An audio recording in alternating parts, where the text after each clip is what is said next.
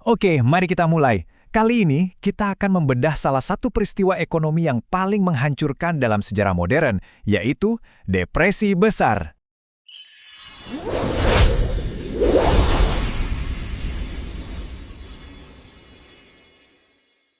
Coba bayangin deh, sebuah dunia di mana pekerjaan tiba-tiba hilang dalam semalam, dan semua tabungan hidup Anda lenyap begitu saja. Nah, ini adalah gambaran periode kelam yang dimulai pada tahun 1929, yang disebabkan oleh kombinasi kebijakan yang salah, pasar yang tidak stabil, dan keserakahan yang tidak terkendali.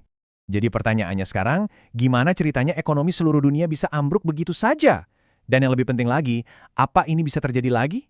Nah, untuk menjawab itu, kita harus mundur dulu. Kita lihat dekade yang penuh euforia, tepat sebelum semuanya hancur. Oke, kita masuk ke bagian pertama. Jadi setelah Perang Dunia I, tahun 1920-an itu dikenal sebagai Roaring Twenties. Wah, kelihatannya semua serba hebat. Optimisme di mana-mana, ekonomi tumbuh pesat. Tapi ternyata di balik semua kemewahan itu, fondasinya keropos banget. Ini dia nih, gelembung yang siap meletus. Jadi, walaupun ekonomi kelihatan lagi on fire, sebenarnya tanda-tanda bahaya di pasar saham itu udah ada sejak Maret 1929. Tapi ya gitu, kebanyakan orang cuek aja, karena pasar saham terus naik, naik, dan naik. Dan akhirnya, boom! Di akhir Oktober 1929, gelembung itu meletus. Bukan cuma satu hari, tapi serangkaian hari yang benar-benar jadi malapetaka. Kamis hitam, Senin hitam, Selasa hitam, semuanya beruntun. Miliaran dolar lenyap dari pasar dalam sekejap. Dan Anda pikir itu udah parah? Ternyata belum. Kehancuran pasar saham itu baru awal dari mimpi buruk yang lebih panjang. Coba bayangkan, dari tahun 1930 sampai pertengahan 1932, pasar saham kehilangan 89% nilainya. Gila kan? Hampir semua hilang. Oke, sekarang kita masuk ke pertanyaan berikutnya. Gimana caranya kejatuhan pasar saham ini bisa berubah jadi krisis global yang berlangsung sampai 10 tahun? Jawabannya ada di 3 faktor utama yang saling berhubungan, kayak racun yang menyebar dan bikin situasinya jadi jauh lebih buruk. Faktor pertama, dan ini yang paling ngena ke masyarakat biasa, adalah bank-bank yang pada bangkrut. Gak main-main, ratusan bank tutup. Ini artinya apa? Tabungan orang-orang biasa hilang, lenyap. Kepercayaan ke seluruh sistem perbankan pun langsung anjlok. Faktor kedua, ini datang dari pemerintah sendiri yang panik. Mereka berusaha melindungi ekonomi dalam negeri.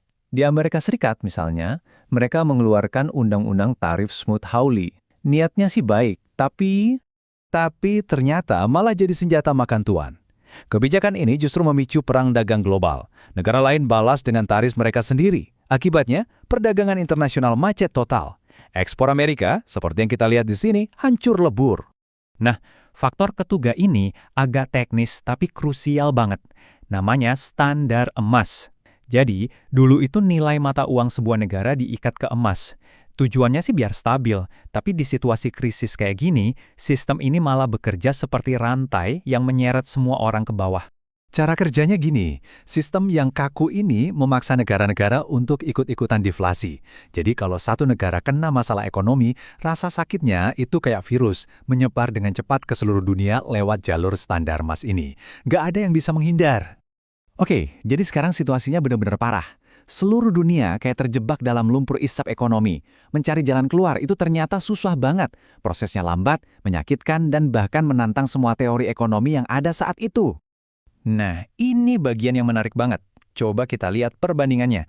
Ternyata ada pola yang jelas. Negara yang lebih cepat keluar dari sistem standar emas, seperti Inggris, justru lebih cepat pulih. Sebaliknya, negara yang keras kepala bertahan, kayak Prancis, malah menderita lebih lama dan lebih dalam. Ini bukti nyata betapa sistem itu jadi biang keladi. Kalau di Amerika Serikat, Presiden Roosevelt punya kebijakan New Deal. Itu memang sedikit membantu, tapi pengangguran tetap aja tinggi banget. Disinilah muncul seorang ekonom brilian, John Maynard Keynes. Dia bilang, dengar, ini nggak akan selesai kalau cuma setengah-setengah.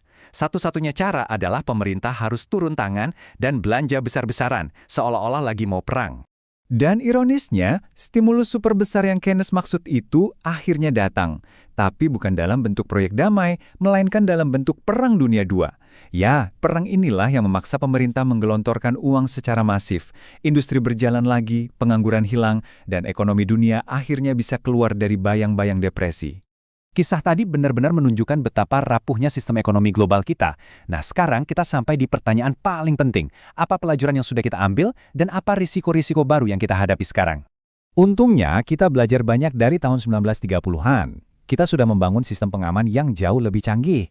Regulasi bank sekarang jauh lebih ketat, dan bank sentral punya banyak senjata untuk menstabilkan ekonomi kalau ada krisis. Tapi, jangan senang dulu.